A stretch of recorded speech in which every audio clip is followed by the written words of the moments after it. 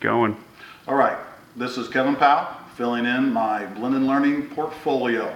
One of the first things we wanted to talk about was a few tips to emphasize for new teachers that are interested in starting a blended learning environment in the classroom. One of the first things that I would suggest to a new teacher in this topic would be to select a learning management system that is very user-friendly. I've never done anything like this before, and I felt very confident and comfortable going with Edmodo. Edmodo allows you to do a number of very basic teaching techniques using technology. You can post assignments, you can introduce a discussion board, you can put quizzes on there.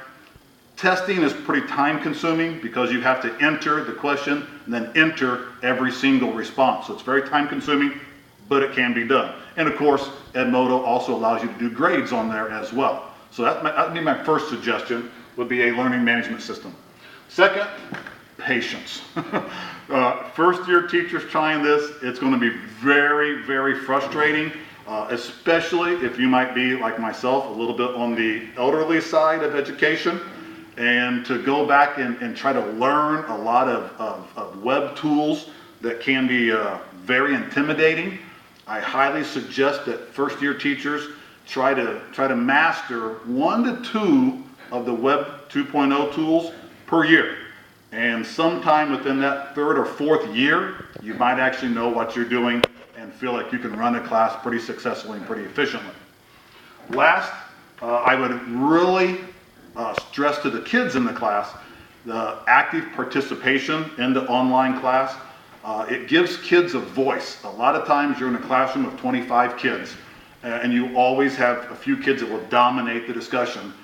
The kids that are less vocal, less sure of themselves would be much more inclined to post responses on the internet and not have to volunteer and be heard in front of their peers. So, you know, the ability to emphasize to the kids posting and positive post, proper balance between critiquing somebody's response and just being plain mean and hurtful.